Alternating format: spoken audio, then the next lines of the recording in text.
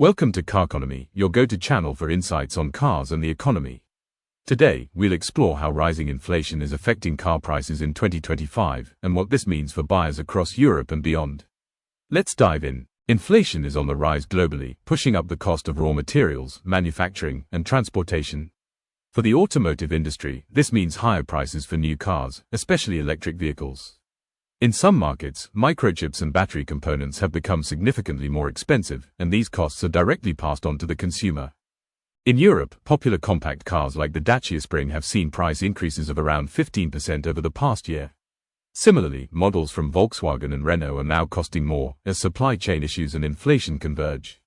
For consumers, this trend is reshaping buying decisions. Many are turning to second-hand cars or considering leasing options to reduce upfront costs. If you're planning to buy a car, it's crucial to look at the total cost of ownership, not just the sticker price.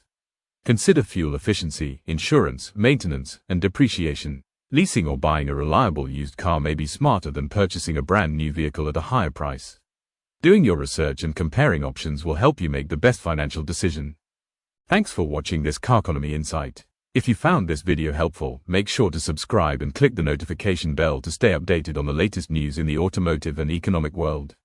Leave a comment below. What's your prediction for car prices?